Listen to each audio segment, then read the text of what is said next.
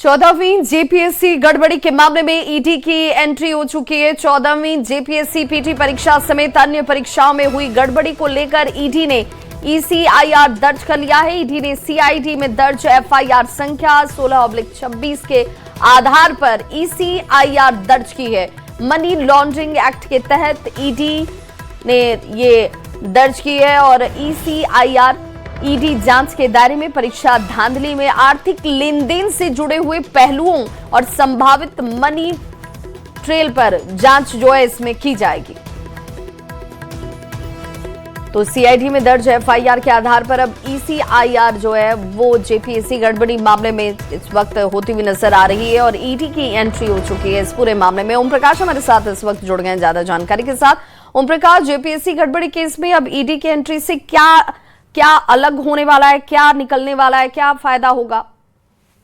जी बता दें कि ईडी अब इस पूरे मामले में ईसीआईआर दर्ज कर लिया और अब ईडी इस पूरे मामले के मनी ट्रेल और मनी लॉन्ड्रिंग एक्ट के तहत जो भी ट्रेल हुआ होगा उन तमाम चीजों की जांच करेगी। बता दें कि छात्रों के साथ भी जिस तरह से वार्ता हुई थी छात्रों की और उसमें भी ये कहा गया था कि अगर इसमें मनी ट्रेल होता है तो उसकी जांच जो है वो ईडी को सौंपी जाएगी और इसके बाद ईडी ने इस पूरे मामले में एफआईआर दर्ज कर ली है।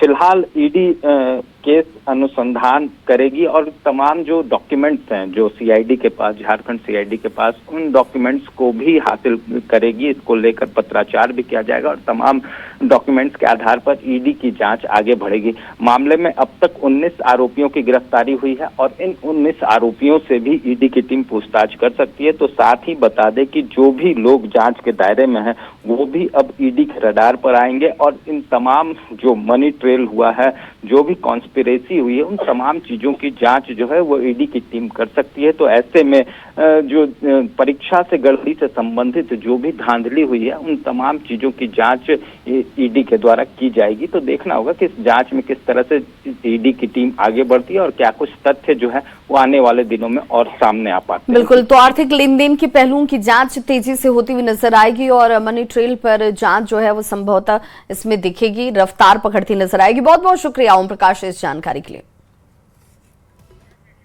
तो जेपीएससी गड़बड़ी मामले में इस वक्त अपडेट ये कि ईसीआईआर दर्ज कर लिया क्या है और आपको बताते चलें कि ईडी की अब एंट्री हो चुकी है। हालांकि छात्र जो हैं वो सीबीआई जांच की मांग लगातार कर रहे हैं, लेकिन लगातार ये कहा जाता हुआ कि पहले सीआईडी और अब ईडी जब इस मामले को ले चुके, टेक ओवर कर चुके हैं, तो अब देखना होगा कि क्या इस जांच के बाद कुछ बदलता है।